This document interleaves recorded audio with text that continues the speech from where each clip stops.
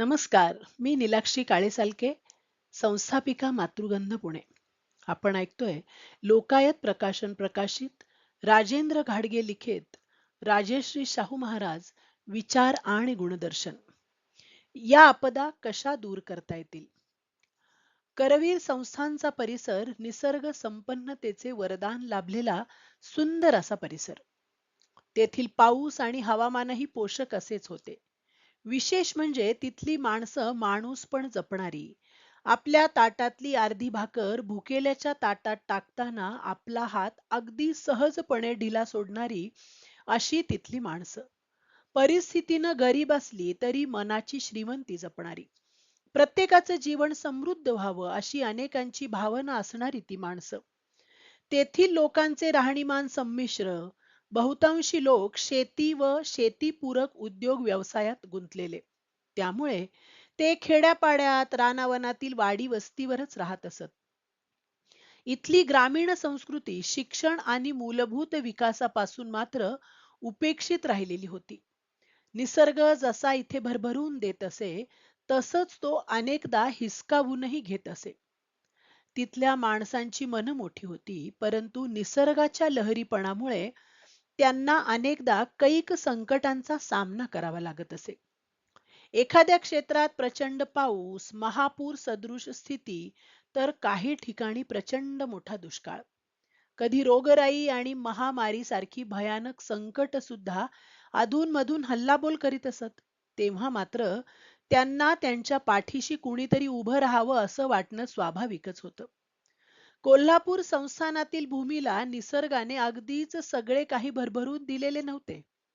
इथला बराचसा प्रदेश घनदाट जंगलांनी, डोंगरदऱ्यांनी व्यापलेला बहुतेकदा दुष्काळग्रस्त असा काही प्रदेश तर मूलभूत विकासापासूनही पुष्कळसा दूर राहिलेला असायचा.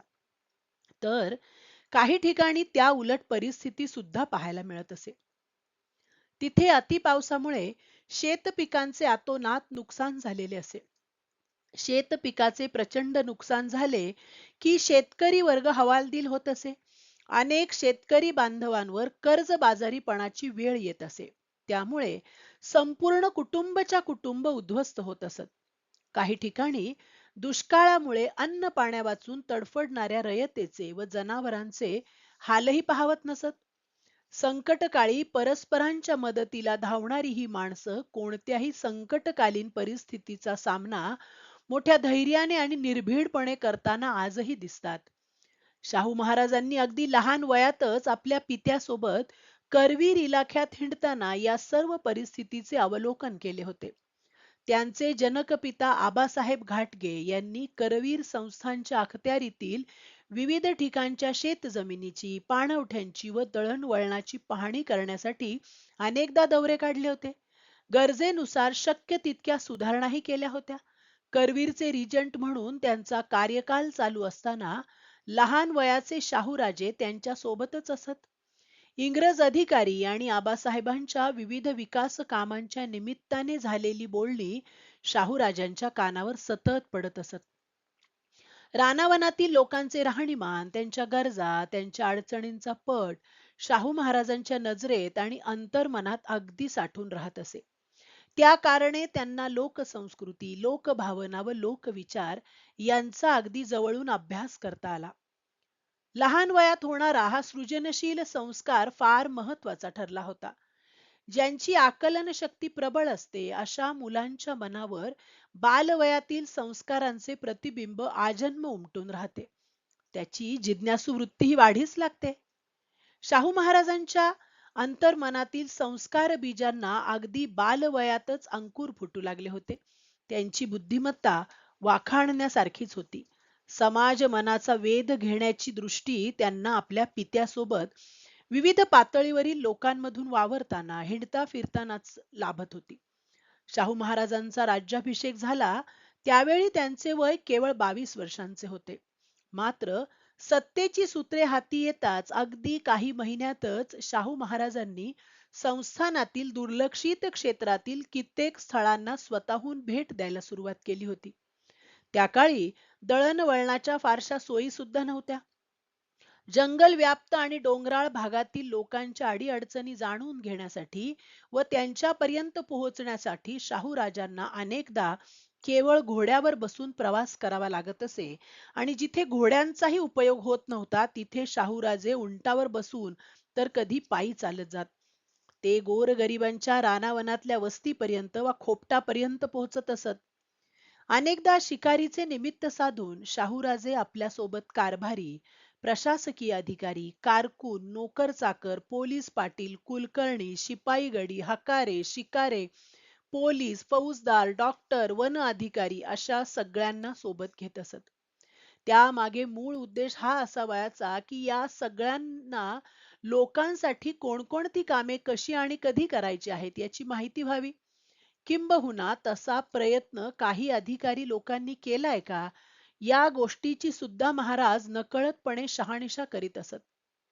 गाव कामगार, तलाठी, वन अधिकारी, पोलीस पाटील, गावचा चौगुला, कारकून, कुलकर्णी इतकेच नाही तर महसूल क्षेत्रातील इतर उच्च अधिकारी वर्ग गोरगरिबांसाठी असलेल्या सोयी सुविधा कितपत आणि कशा प्रकारे पोहोचवितात, उपलब्ध करून देतात याची पाहणी व खातरजमाही शाहू महाराज या दौऱ्याच्या निमित्ताने करीत असत.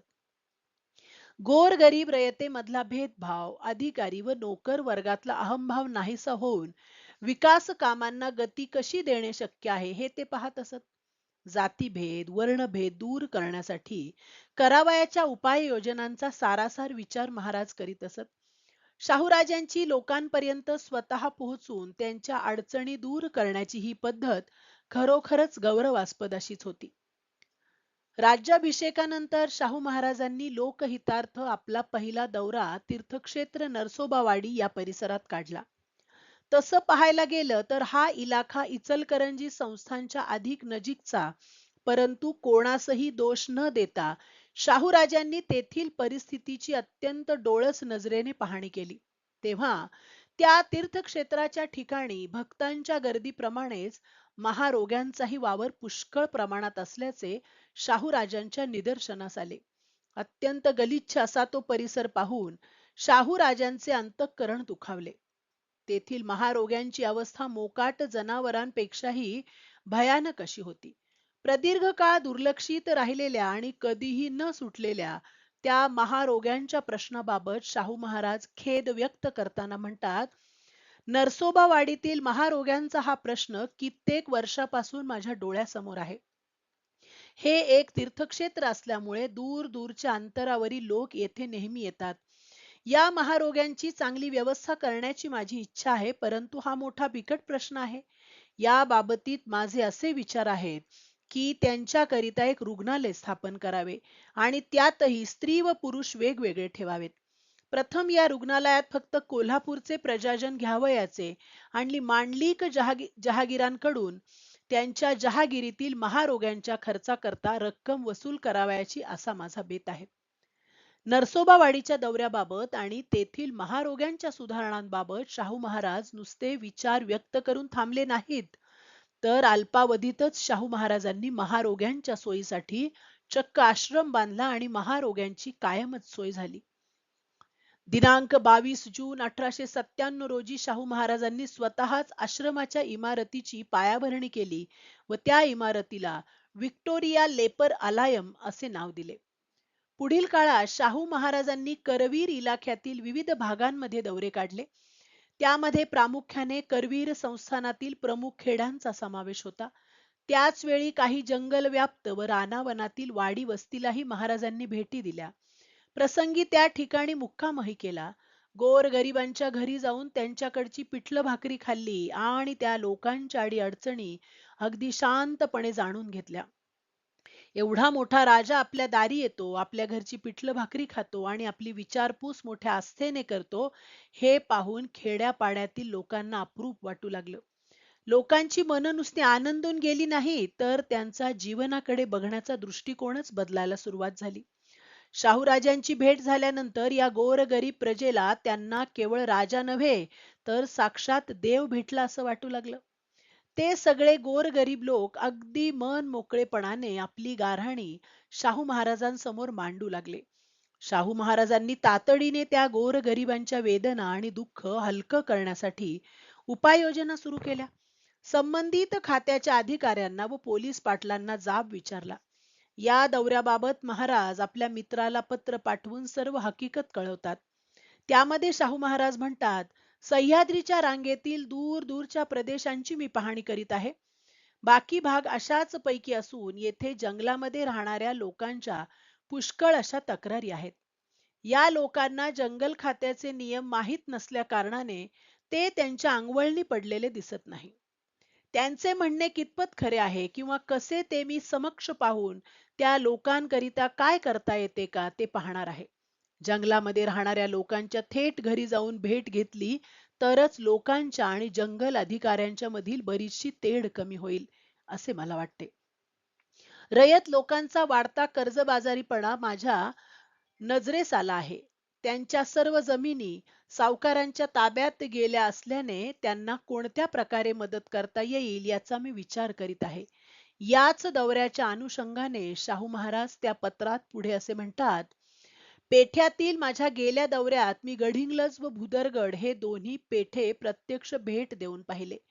गडिंग्लज पेठ्यातील लोक बऱ्यापैकी सुखी आहेत, परंतु भुदरगड हा पेठा सह्याद्रीच्या रांगेनजीक असल्याने तो फारसा सुपीक नाही.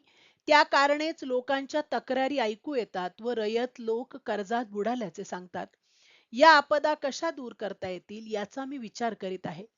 जंगली लोकांना कसलीही सवलत दिली तरी ते तेवढ्यानेच धीट होऊन जंगलाची नासाडी करतात, म्हणून त्यांना मदत करताना देखील अधिक दक्ष राहिले पाहिजे. रयतेच्या दारिद्र्याचाही प्रश्न बिकट बनला आहे. त्यासाठी खऱ्या शेतकऱ्याच्या नावाने जमिनी असणे गरजेचे आहे असे मला वाटते. तसे नसल्याने त्यांची स्थिती एकसारखी खालावत जाऊन ते शेतकरी मजूर लोकांच्या स्थितीप्रत पोहोचत आहेत. सह्याद्री लगतच्या भागात मुलींच्या शाळेची व मुसलमान लोकांकरिता एका शाळेची आवश्यकता वाटल्याने मी या दोन्ही शाळा उघडण्याकरिता हुकूम केले आहेत. लोकांच्या अडीअडचणी प्रत्यक्ष भेट देऊन केवळ पाहायच्या नाहीत, तर त्या सोडविण्यासाठी तातडीने हुकूम सोडून त्याची अंमलबजावणीही करायची. हा शाहू महाराजांचा शिरस्ता होता. शिवाय संबंधित कामांची आखणी करताना व त्याबाबतची धोरणे राबविताना आपल्या कर्तव्याची जाणीव संबंधित अधिकारी व नोकर वर्गास असायला हवी, याबाबत शाहू महाराज अतिशय दक्ष राहत असत. प्रशासकीय यंत्रणेतील कामकाजाच्या पद्धतीचा हा लेखाजोखा शाहू महाराजांनी स्वतःहून कृतीत आणून दाखवला होता. त्यामुळे संबंधित विभागाचे प्रशासकीय अधिकारी म्हणजे मामलेदार, फौजदार, वनाधिकारी, शेती अधिकारी, पोलीस पाटील, तलाठी वा कुलकर्णी यांना त्यांच्या कर्तव्याची जाणीव होऊ लागली. शाहू महाराजांची ही युक्ती आणि कृती आताच्या काळातही अंमलात आणली गेली पाहिजे असे वाटते. तरच गोरगरीब व उपेक्षित घटकांसाठी असणाऱ्या सोयी सवलतींचा लाभ त्यांना योग्य पद्धतीने व योग्य वेळी मिळेल. अन्यथा डोंगर कपारीत राहणारे शेकडो लोक वर्षानुवर्षे उपेक्षितच राहतील आणि आपला भारत देश भ्रष्टाचाराच्या आणि कर्जाच्या खाईतून कधीच बाहेर निघू शकणार नाही. यासाठी सर्वांनी खोटेपणा बाजूला ठेवून निर्धाराने व निष्ठेने आपल्या कर्तव्याचे पालन करायला पाहिजे, अशी अपेक्षा राजश्री शाहूंच्या विचारधारेचा प्रसार आणि प्रचार करताना व्यक्त करावीशी वाटते. धन्यवाद.